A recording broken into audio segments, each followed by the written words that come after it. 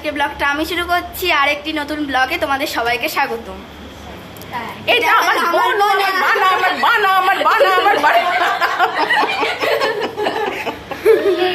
এটা আমার বানু। হ্যাঁ নাদুল করে তো আবার মাঝে মাঝে। আর বলতে হবে না, আর বলতে হবে না, অসম্মান হয়ে যাচ্ছে আমার। এটা হলো আমার কাম্মা দিদি ব্লগ করে। বাবা রে বাবা, এগুলো ব্লগ করে। তো যাই হোক, একটা আনএক্সপেক্টেড ভাবে ব্লগটা স্টার্ট হয়েছে। ব্লগটা আমি করবো আজকে, তার কোনো কথা ছিল না। শুধুমাত্র বনাবুড়ির জন্য আজকে ব্লগটা এখন থেকে স্টার্ট করছি।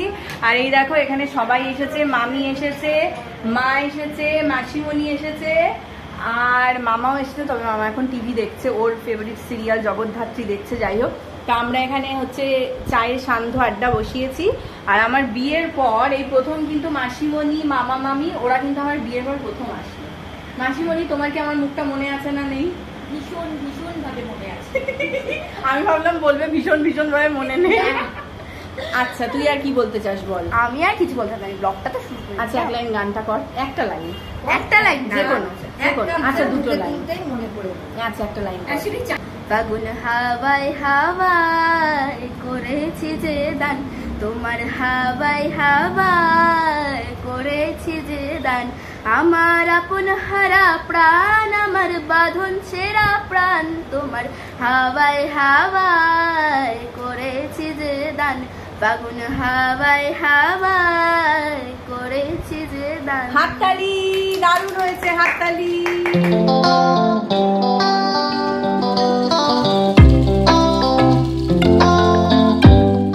এখানে বসে গল্প করছিলাম। আর দেখো, ঘরে এই যে পিসি রয়েছে, সোনা পিসি। ও পিসি, হাত দেখাও।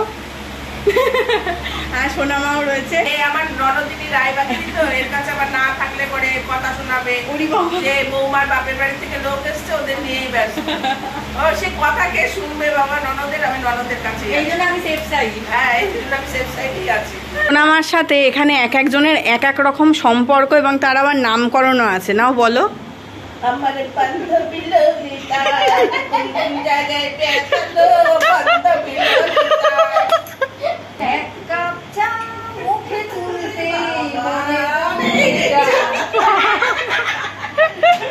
পূর্ব জল পড়ে। এটা আসলে আমাদের দুই বেয়ানের মিলটা দেখাতে আপনাদের সামনে। এক কাপ চাই হয়ে যাচ্ছে মিল আমাদের দুজনের, মনেই পড়ে যাবে। আমার বেয়ানের বড়দি, তার মানে আমার বড় বেয়ান, খুব ভালো। এই মাঝে মাঝে আসবে একটুখানি মন্ত্রণা দিতে, মন্ত্র দিতে। কিন্তু না, আমি বলেছি আমার বান্ধবী ললিতাকে যে তুই সাক্ষী থাকবি, যদি কিছু হয় আমাকে বলবি। মামি কি বলছে দেখো, তাহলে যা যা কথাবার্তা হলো পরে ফোন করে বলে দিও। আচ্ছা, এদিকে দেখো কত জিনিসপত্র এসেছে। এখানে বেল রয়েছে, আম রয়েছে, এগুলো সব মা নিয়ে এসেছে। এখানে কত ফল রয়েছে, লিচু, আম, এটা লেবু, মিষ্টি, এগুলো সব মামা এনেছে। ফলগুলো মেনলি সবই বাবার জন্য। আরও অনেক কিছু আছে যেগুলো অলরেডি ফ্রিজে ঢুকে গেছে, তো এগুলো তো চলতেই থাকে। আপনার কি দাবি? আমার কিছুই দাবি নেই। তাই না? কোনো দাবি নেই তো? আমার কাছে একটা হাফ জিনিস ফ্রিজে রাখা ছিল কারোর একটা, ওটা আমিই খেয়ে নেবো, তাকে আর দেবো না। আমি তো জানি না কোন হাফ জিনিস। আচ্ছা, তাই না? হ্যাঁ, দেবো না কিন্তু তাহলে, সত্যি সত্যি। তো যাই হোক, মামা, মাসিমণি সবাই আজকে বাবার সাথেই দেখা করতে এসেছে। কিন্তু বাবা তো এখন সুস্থ, সেই জন্য আমরা সবাই আনন্দ করে এনজয় করছি, তাই না বল? এখন ছোটদাদু একদম সুস্থ, চিন্তার কিছু নেই। আমরা সবাই একসাথে হয়ে এনজয় করছি, আর তাতে বাবারও অনেক ভালো লাগছে। কারণ এনারা দুজন তো দুজনকে পান না, আজকে দুজনের দেখা হয়েছে, তাই একটু ব্লগ হচ্ছে, তাই না বনা?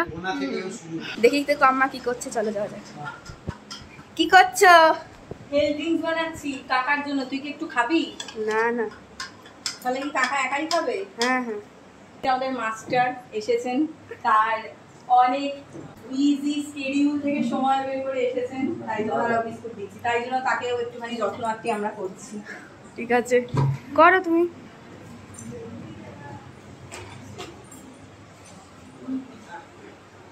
একজনের একটা জিনিস আমার কাছে গচ্ছিত আছে, ভেবেছিলাম দেব না, কিন্তু তারপর ভাবলাম থাক দিয়েই দি, কাঁদবে বাচ্চা মেয়েটা।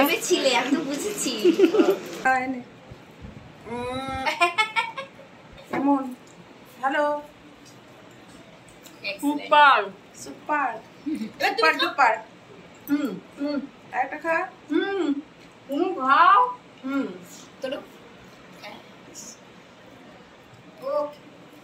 আমাদের ষষ্ঠী চলছে দুজনের, বলো। শাশুড়ি বৌমাকে ষষ্ঠী করাচ্ছে।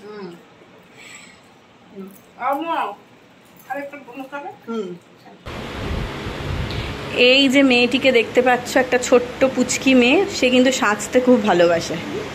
তুই, তোকে যে আমি বললাম একটু কাজল পর, একটু টিপ পর, পরলি না কেন? অন্য সময় তো পরিস না। লজ্জা লাগে না?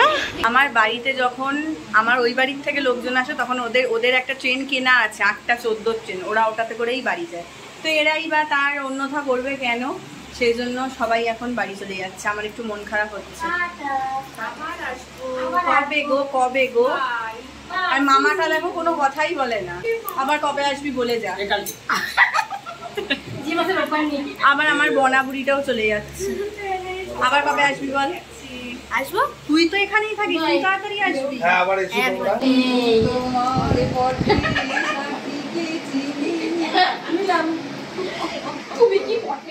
মায়েদেরকে এই জাস্ট ছেড়ে দিয়ে আসলাম। যখন শুনি যে ওই বাড়ি থেকে সবাই আসবে তখন খুব ভালো লাগে, কিন্তু চলে যাওয়ার সময় মনটা একদমই ভালো লাগে না। বাবারও আসার কথা ছিল, বাট বাবা আজকে ছুটি পায়নি, সেই জন্যই আসতে পারলো না। সবাই চলে গেছে, বাড়ি ফাঁকা হয়ে গেছে, আমাদের এখন মন খারাপ। এই মন খারাপটাকে কাটানোর জন্য আমরা কি করছি দেখবে? চপ খাচ্ছি। হ্যাঁ, ভুলে গেছিলাম, আমার মনে আছে চপ, তো এইসব জিনিস আমার মনে থাকে। কাজে কর্মে লেগে পড়েছি। এখানে সব বাসনপত্রগুলো ধুয়ে রাখলাম, এখনো ফলগুলো তোলা হয়নি। আর এইদিকে সোনামা ভাত বসিয়ে দিয়েছে, এইদিকে ডালটা কড়াই ছিল, কিন্তু যেহেতু প্রেসারে করা ছিল তো একটু জমাট ধরে গিয়েছিল, এজন্য আমি একটুখানি জল দিয়ে জাস্ট এটাকে এখন পাতলা করে নিচ্ছি। বাবা দেখো দুটো বেল পাঠিয়েছে, বেল দুটো খুব সুন্দর দেখতে আর এত সুন্দর গন্ধ ছাড়ছে। বাট আমাকে বললো যে ফাটিয়ে এর ভেতর থেকে সমস্ত কিছু পাল্প টাল্প বের করে ফ্রিজে রেখে দিতে। তো এটা করব, এই ফল পাকুড়িগুলোর একটা ব্যবস্থা করি।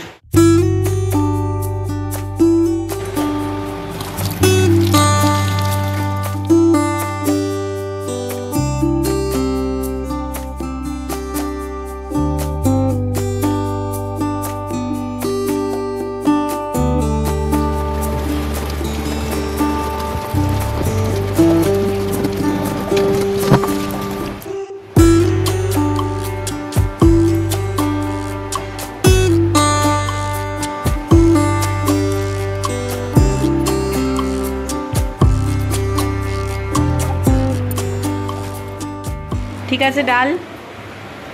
একদম ঠিক আছে, ভালো হয়েছে, ভালো হয়েছে, একদম ঠিক দিয়েছি, তাই তো? আর এইদিকে ফল টলগুলো সব একদম ঠিকঠাক করে ধুয়ে রেখেছি। সোনামা বললো এগুলোকে প্লাস্টিক করে করে রাখ, তো লিচুটা ধুইনি, কারণ লিচু এখন শোকানো সমস্যা, পচে যাবে। আর এই লেবু আপেলগুলোও ধুয়েছি, আমগুলোও ধুয়েছি, এগুলো একটু শুকিয়ে গেলে তারপরে প্যাকেট করে করে রেখে। সেদ্ধ মুসুরির ডাল আমার কিন্তু ভীষণ প্রিয়। আমার যে ডাল সেদ্ধ খেতে কি ভালো লাগে তোমাদের কি বলবো।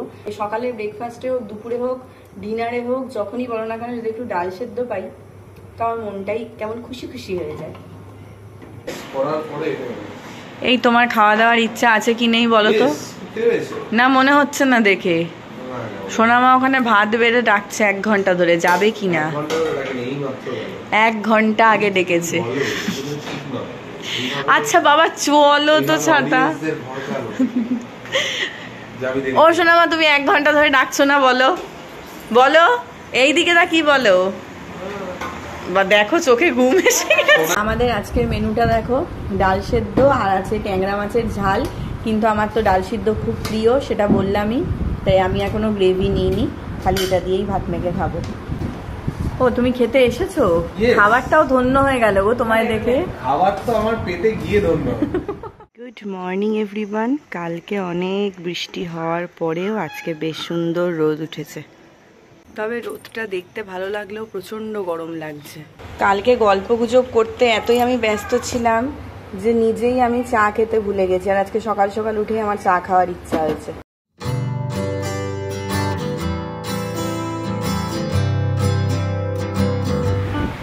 এখন করছে পুজো, আর আমি সব তরকারি কাটছি। এখানে উচ্ছে আর আলু কেটেছি, এগুলো এখন সেদ্ধ বসাবো প্রেসারে। যত তাড়াতাড়ি পারি আমরা এই সবজির কাজগুলো মিটিয়ে রাখি, মানে রান্নার কাজ এগিয়ে রাখি, নয়তো রানী পিসি চলে আসলে আমাদের একেবারে মাথায় টাকদুম হয়। আমাকে আম কেন দিলে শাশু আম্মা? শাশুড়ির কথা শুনবি, আমার আম খেতে ভালো লাগে না। যা খেতে বলবো তাই খাবি। তোর মা এখন আমার উপরে ট্রান্সফার করে দিয়েছে, সুতরাং আমার কথা শুনে চলবি। অন্যথা করলে কিন্তু অন্য জিনিস হবে কিন্তু। কি অত্যাচার, আমার আম খেতে ভালো লাগে না হিমসাগর ছাড়া। ব্রেকফাস্ট হয়ে গেছে, আমি আর আমটা একটু আর খেতে পারিনি। শাশু আম্মা দিয়েছেন বলে কথা, একটু কি না খেলে হয়? কিন্তু তার বদলে একটা লঙ্কা আমার পাতে পড়ে গেছিল, তারপর সেটা ওই লঙ্কার উপরে আমার সমস্ত রাগ গিয়ে পড়েছে। ব্যাস, আর যাবি কোথায়? কি ঝাল! উরি বাবা, একটা এত বড় রসগোল্লা খেলাম, তারপরেও আমার ঝাল কমছে না। তো যাই হোক, সোনামা এখানে বাবার ফল কাটছে, বাবার এটা হচ্ছে ফল খাওয়ার টাইম। আর আমার মোটামুটি সবজি কাটা হয়ে গেছে, খালি পেঁয়াজ আদা রসুনটা ছাড়াবো, ছাড়িয়ে ওটা মিক্সিতে পেস্ট করব। আজকে আমাদের অনেক রান্না বান্না আছে, কেন সেটা তোমাদের পরে বলছি।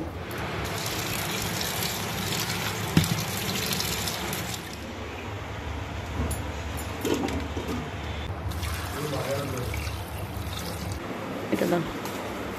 এই যে সকাল সকাল উঠে একজন বাজারে গেছিলেন আর ঘেমে নিয়ে স্নান করে এসেছেন। তোমাকে স্নান করতে হবে না আজকে, ঠিক আছে? জল বাঁচাও। হ্যাঁ, সোনামা এখন চিংড়ি মাছটা রান্না করবে। তো চিংড়িটা ধুয়ে ভালো করে নুন হলুদ মাখানো হয়ে গেছে, এখানে চিংড়ির মশলা রেডি। এদিকে আমার চিকেনটাও ম্যারিনেট করা হয়ে গেছে, এদিকে উচ্ছে আলু ভাতে করবে, তো সেটাও সেদ্ধ করা হয়ে গেছে। আর আমার এই যে মাংসের মশলাও রেডি, মানে কাটাকুটি বাটাবাটি সব রেডি। সব রান্নাই সোনামা করবে, খালি চিকেনটা আমি রাঁধবো। চিংড়ি মাছের কোন প্রিপারেশনটা আজকে বানাচ্ছ বলো? চিংড়ি মাছের মালাইকারি। বাহ বাবা বাবা,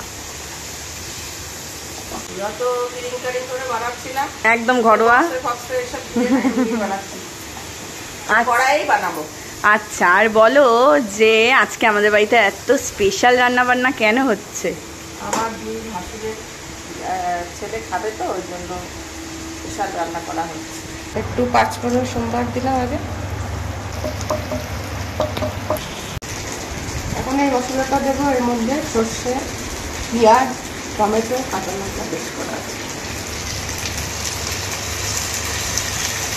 কারণ সর্ষে বাটাতে একটু নুন আগে দেওয়া ছিল, তো অল্প করে দিলাম। আচ্ছা, পরে টেস্ট করে আর একটু দেওয়া যাবে।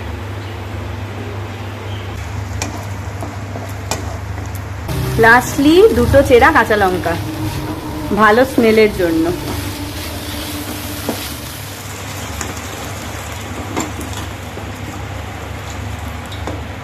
ব্যাস, চিংড়ি মাছ মোটামুটি ডান। একটা ফুট ধরলেই একদম রেডি হয়ে যাবে, তারপরেই আমি চিকেনটা বসাবো।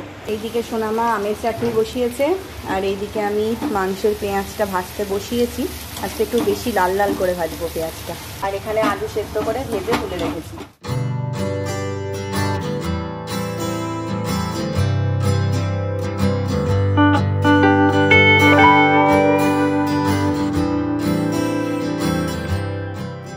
চিকেন এখানে মোটামুটি রেডি, জাস্ট আর একটু ফুটলেই নামিয়ে দেবো। এই তুমি কি খাচ্ছ গো আমাকে না দিয়ে? কেন গো? মনে হচ্ছে দই জাতীয় কিছু। মিষ্টি দই খাচ্ছ? আচ্ছা, যেটা আমি সকালে নিয়ে আসলাম। আচ্ছা আচ্ছা, আমাকে না দিয়েই বাচ্চাদের। হ্যাঁ, এটা বড় একটা ধেড়ে বাচ্চা ঘুরে বেড়াচ্ছে দই আর প্লেট হাতে। তোমরা বুঝেই নাও, আগামী 2 দিন যদি আমার ব্লগ না যায়, জানবে আমি পেট খারাপে অসুস্থ, আমার লুজ মোশন হয়েছে। মোটেও লোভ দিচ্ছি না।